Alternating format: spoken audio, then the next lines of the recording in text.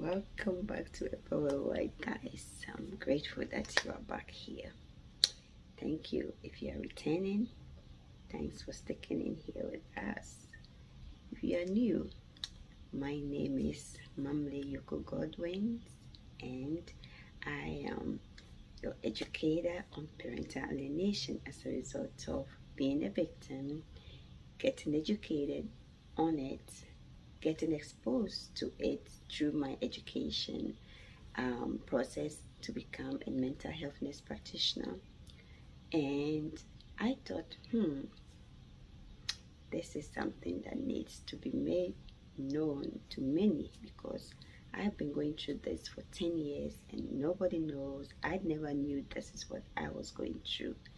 And so when I got to know about the name, the phenomenon that it does have a name, I thought it's interesting and I thought some awareness is needed. So if you come to this channel, it is all about mental health education. It is going to be more centered on parental alienation, childhood trauma, and possibly domestic violence or intimate partner violence. So if you are here, thanks for coming. If you are here, it means you want to know more about parental alienation. And if you are here, it means you want to know more about childhood trauma, domestic violence, intimate partner violence, mental health as a whole. So thanks for coming. This topic is going to be on, guess what it is? No, you can guess. It's going to be on reintegration therapy. What is reintegration therapy, guys? What is reintegration therapy? Okay, we're gonna find out. Okay, so make sure you watch this video to the end. All right. With Father's Day also coming, if you are a father that is being alienated, you're not giving up, and you're gonna stick here and you're gonna go and watch my child-centered love video that I did on Mother's Day for the mothers. All right, so let's get into business. I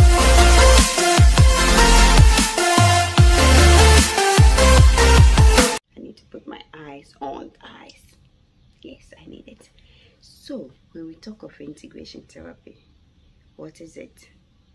As a result of recent issues that has been coming up in the family law hearings and in the family law court, it's been noticed that there is a problem with parent-child contact after divorce or after separation and stuff like that. There are concerns with some parents also as to if their relationship with their children would ever be the same, if their relationship with their children would ever get interrupted. And it has in many cases, and that is why this research was done by 𝒫𝓁𝑒𝒶𝓈𝑒. This is her doctoral thesis that she wrote at the University of Toronto.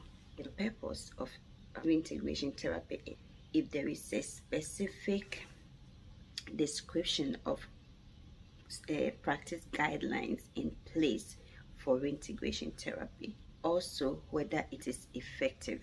The title of her study was Mental Health Professionals' Practice of Reintegration Therapy for Parent-Child Contact Disputes Post-Separation. I'm the parent. My contact with my child, is it still healthy as when I was in the home with the child? Is it being limited? Is it being interrupted? Is it being affected as a result of my separation, my divorce, my whatever? The goal of treatment for reintegration therapy is to identify if there is even a need for the reintegration therapy. Meaning, is there parent-child contact issues? And on my channel, I think I talk about signs that will let you know that your child is being alienated.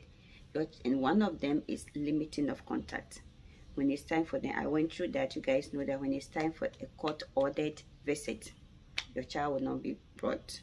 Your efforts will go in vain. I have many times had to contact police just to get access to my children. As a result, I even had a case against me that I was misusing telephone, because I called the alienator and they won't respond, they won't let you have access. And when you call the police, they use that also as a means to go against you for misusing of telephone. I had that tag at some point. Thank God I'm here today giving you this education so you can learn from it. So we are going to go into some of the things you can do, which if you look on my channel, you will get there. That's over there also. Coping with a narcissist, parental alienator, have that. Some of the things you can do. 11 evidence-based approaches executive parents can use in coping is also on the channel. I'll link those videos in the description section of this video if you want to take a look at them. And so these are the 3 things: identification of if there is a need for the reintegration therapy. The goal of reintegration therapy is to enforce family relationship as a whole. Third is to have that all the family have agreed on the need for the reintegration therapy.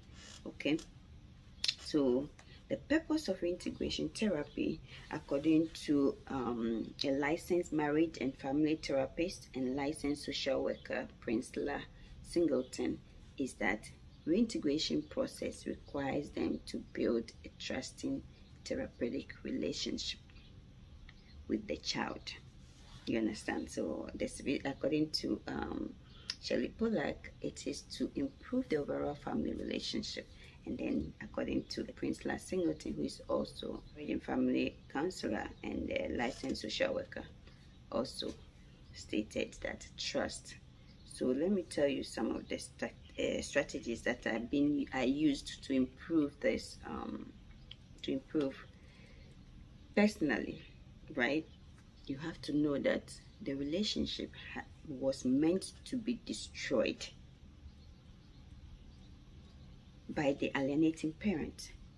So since the relationship is meant to be destroyed, and this child has been brainwashed, psychologically manipulated to hate you, to believe things that are not true about you, do you think the child will trust you? I told you some of the things. If you want to look up all my videos, all I'm trying to say is that reintegration therapy is very, very important, but it's also something that can be a challenge with a child that has all these ideas about you.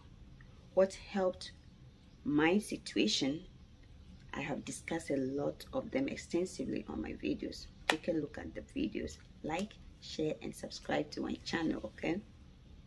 But I'm telling you, one of the things you can do to yourself is consistency, trust, making sure that when you say yes, it is yes tomorrow, it is yes the next day, it is yes next 3 days, it is yes the next week, it is yes next month, it is yes the next 5 years to come.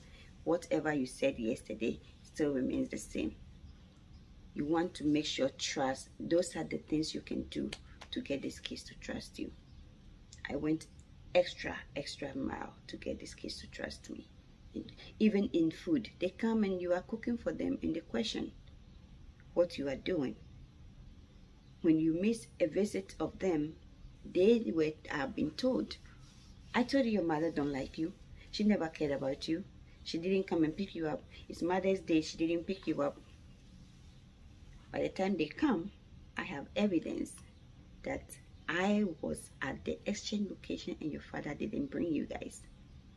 I have family members, I have maybe friends say, where were you guys? We came over last time and you guys were not there. Oh, well, but Dad said this, that. See what I'm saying? So because your efforts are always undermined, your efforts are always interrupted, your efforts to foster this relationship is always counteracted.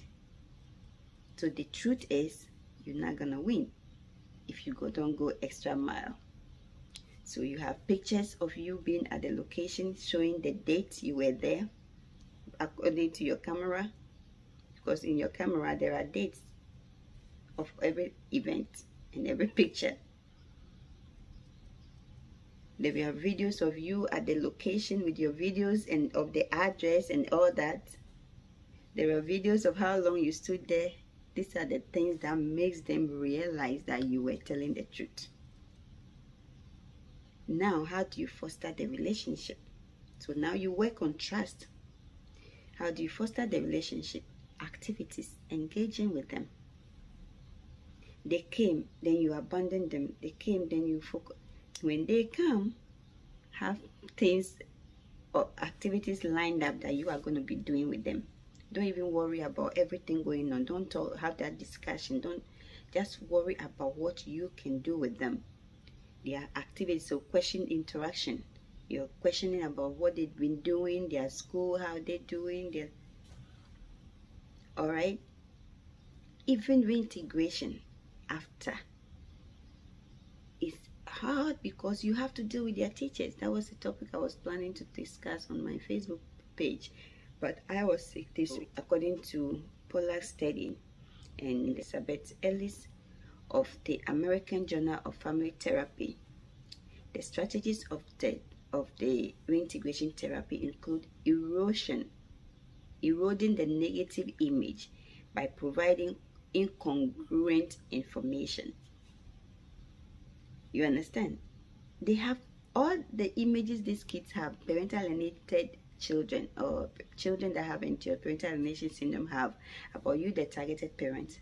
It's nothing positive. It's nothing healthy. It's nothing that you can come home. It's nothing that is going to help you. So, things you can do to foster trust, things you can do to help build trust, so that whatever you tell them, not about the issue, don't even discuss it. What you tell them about your love for them, they will trust it, because they will always doubt it. They will always doubt you. The doubt will be there. So, consistency. Not talking about all the alienation, all the things that took place, but focusing on how activities and what things you can do. Religion, if you're going to church with them, pray with them, eat with them, go out with them, those things. Show interest in their well-being, show interest in their needs, show interest and engage them in communication. My big son wouldn't talk to me. If you ask him, you want to engage in conversation, he clenches his teeth. He don't want to talk to you. But today, mom and mother, mom, 10 times, 20 times a second, like. All right, so consistency, engaging, showing interest in their needs. Okay, that helps to keep doubting, questioning back and forth. But that said, that is that really true? But this is what mom does. It's not true, like, you know. And then here they are. I'm very transparent with my kids when it comes to money. If you ask me something, if I have it, I show it to them. I show them my paycheck. If I don't have it, I show them my paycheck.